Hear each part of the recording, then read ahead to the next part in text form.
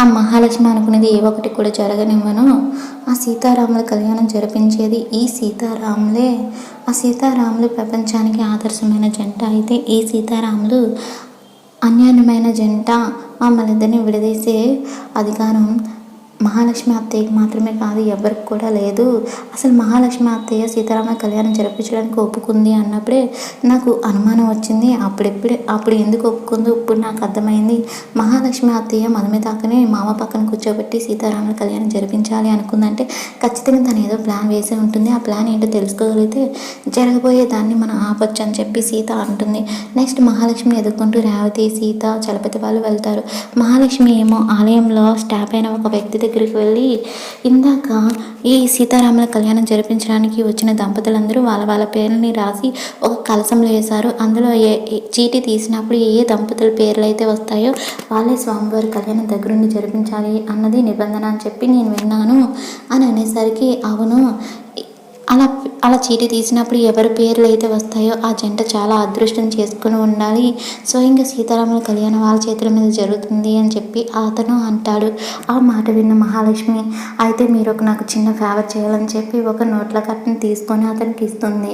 ఏం చేయాలి అని చెప్పి అతను అడిగేసరికి, ఇందాక సీతారాముల కళ్యాణం జరిపించడానికి చాలామంది దంపతులు వాళ్ళ వాళ్ళ పేర్లు రాసి కలశంలో వేశారు కదా, అందులో మధుమిత రామ్ అన్న పేరు మాత్రమే కనిపించేలాగా చీటీలన్నీ మార్చేసి అన్ని చీటీలో రామ్ మధుమిత అని రాసి పెట్టాలి అని మహాలక్ష్మి అనేసరికి, అయితే సీతారాముల కళ్యాణము రామ్ మధుమితులు అనే దంపతుల చేత జరిపించాలి, అదే కదా మీ కోరిక, సరే మీరు చెప్పినట్టుగానే చేస్తా అని చెప్పి అతను అంటాడు.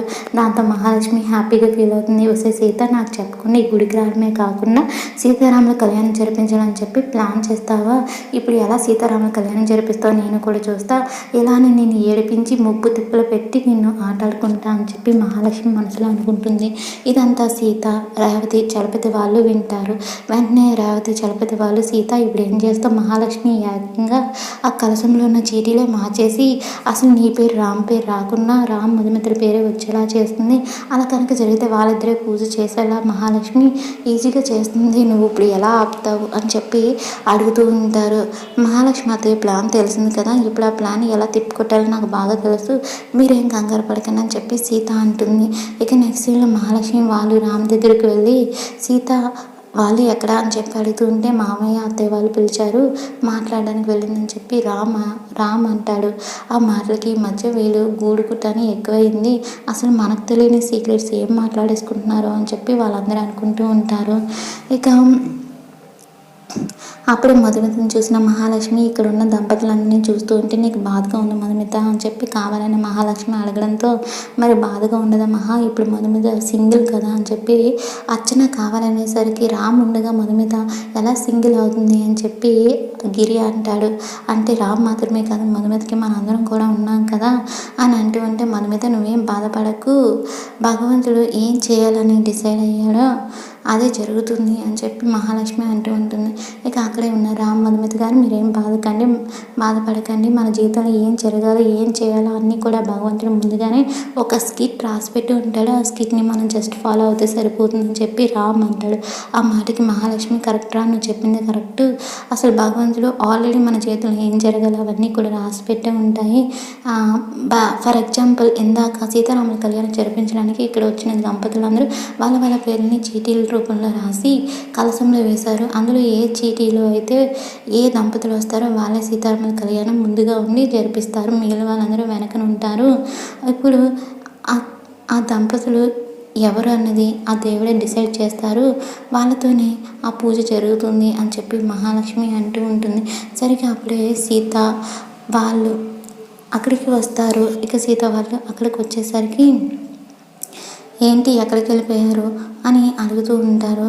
మీరు వెళ్ళిపోవడంతో మీరు ఏమైపోయారు అని చెప్పి పిన్ని తెగ టెన్షన్ పడిపోయింది సీత అని చెప్పి రాము అడిగేసరికి, ఎక్కడికి వెళ్ళిపోతాం రాము, గుడంతా చూద్దామని చెప్పి అలా వెళ్దాము, అయినా మేమైనా చిన్నపిల్లలా తప్పుకోవడానికి అని చెప్పి రేవతి వాళ్ళు అడుగుతారు.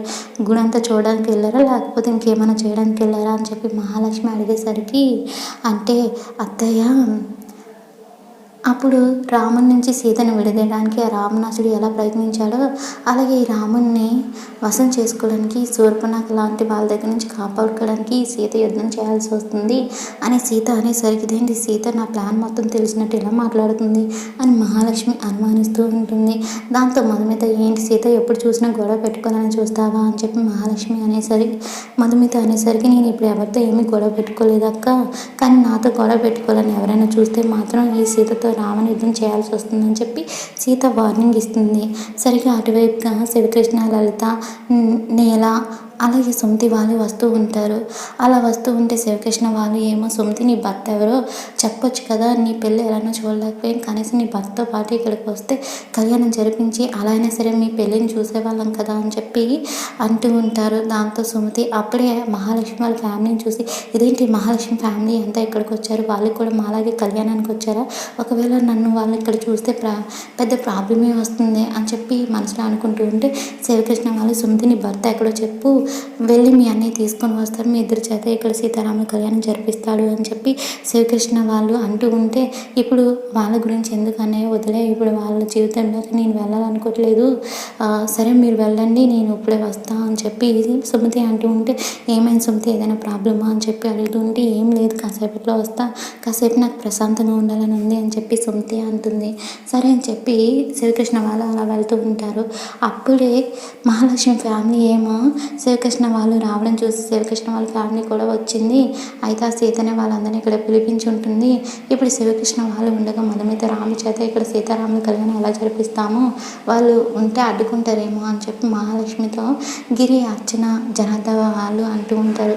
దాంతో మహాలక్ష్మి ఆలోచిస్తూ ఉంటుంది. ఇక శ్రీకృష్ణ వాళ్ళు మహాలక్ష్మి ఫ్యామిలీని చూడగానే, మన సీత వాళ్ళు గుడికి వచ్చారు, వాళ్ళు కూడా సీతారాముల కళ్యాణానికి వచ్చినట్టుగా ఉన్నారు, వెళ్ళి పలకరిద్దామండి అని చెప్పి లలిత వాళ్ళు అనేసరికి, మహాలక్ష్మి అన్న మాట గుర్తొచ్చిన శ్రీకృష్ణ, వద్దు, వాళ్ళ పని వాళ్ళది, మన పని మనది, వాళ్ళ దగ్గరికి మనం వెళ్ళొద్దని చెప్పి శ్రీకృష్ణ అనేసరికి, అదేంటి మహాలక్ష్మి దగ్గర మన కూతుళ్ళు ఉన్నారు, వెళ్ళి పలకరిద్దామండి, పైగా మధుమిత మనసులో కూడా ఏదైనా మార్పు వచ్చిండొచ్చు, మధుమిత అంతగా కావాలంటే మధుమితతో నేను మాట్లాడతా, తను నా మాట కాదనదు అని చెప్పి శ్రీకృష్ణ వాళ్ళ అమ్మ కూడా అంటుంది.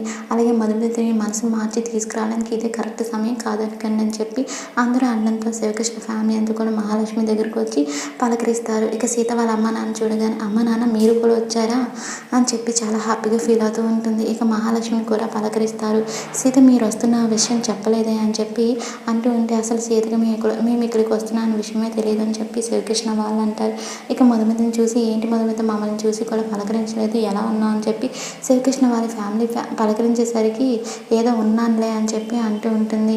మధుమిత ఎప్పటికైనా మనసు మార్చుకొని మాతో పాటు వచ్చి నిన్ను తీసుకువెళ్ళాలని చెప్పి మీ అమ్మ వాళ్ళు ఆశపడుతున్నారు అని చెప్పి నీల అనేసరికి, నేను ఎక్కడికి రాను, నేను ఇక్కడే ఉంటాను, దయచేసి నన్ను ఎవరు డిస్టర్బ్ చేయకండి అని చెప్పి పొగరుగా మాట్లాడుతుంది మధుమిత.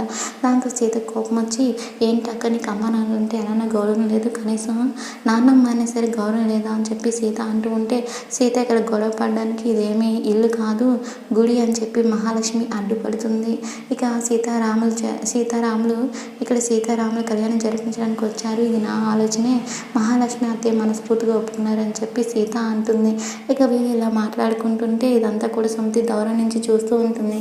అదేంటి మహాలక్ష్మి ఫ్యామిలీ దగ్గరికి అన్నయ్య వాళ్ళు వెళ్ళారు, అన్నయ్య వాళ్ళు మహాలక్ష్మి ఫ్యామిలీ వాళ్ళతో మాట్లాడుతున్నారేంటి, వీళ్ళకి ముందే తెలుసా ఒకరికొకరు, అసలు నేను పెళ్లి చేసుకుంది ఆయన అనే విషయం అన్నయ్యకి తెలియదు, అన్నయ్యకి చెల్లెల్ని అన్న విషయం వాళ్ళకి తెలియదు, అలాంటప్పుడు వీళ్ళు మాట్లాడుకుంటున్నారేంటి, వీళ్ళిద్దరి మధ్య ఉన్న రిలేషన్ ఏంటి, అసలు ఆ అమ్మాయి ఆ రోజు నేను స్వీట్స్ ఇచ్చింది ఆ అమ్మాయికి కదా, ఆ అమ్మాయి ఎవరు, ఆ అమ్మాయికి మహాలక్ష్మి ఫ్యామిలీకి ఉన్న సంబంధం ఏంటి, నా కొడుకు రామ్కి పెళ్ళయిందా, ఒకవేళ పెళ్ళైతే నా కోడలు ఎవరు, ఈ ఇద్దరు అమ్మాయిలు ఎవరు, ఈ అమ్మాయి ఏంటి నా అన్నయ్యతో అంత ప్రేమగా మాట్లాడుతుంది కలివిడిగా, ఆ అమ్మాయి ఏంటి మా అన్నయ్యతో అంత కోపంగా మాట్లాడుతుంది, అసలు వాళ్ళందరి మధ్య ఉన్న సంబంధం ఏంటి, అసలు నా కోడలు ఎవరు అని చెప్పి సుమతి పరిపరి విధాలుగా ఆలోచిస్తూ ఉంటుంది.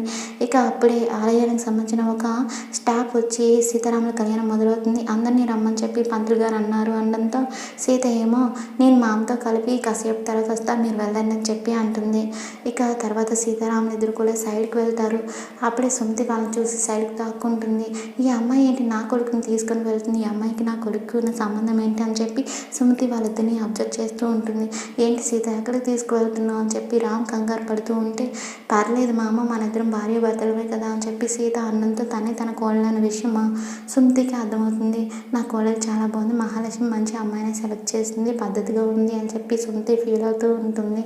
అవును మామ, సీతారామ కళ్యాణం మన ఇద్దరం జరిపించబోతున్నాం కదా అని సీత అనేసరికి, నీ పేరు సీత, నా పేరు రాము, మనం కాకపోతే సీతారాముల కళ్యాణం ఇంకెవరు జరిపిస్తారని చెప్పి రామ్ అన్నంతో తన పేరు సీత అని తన కోడలనే విషయం సుమతికి అర్థమవుతుంది.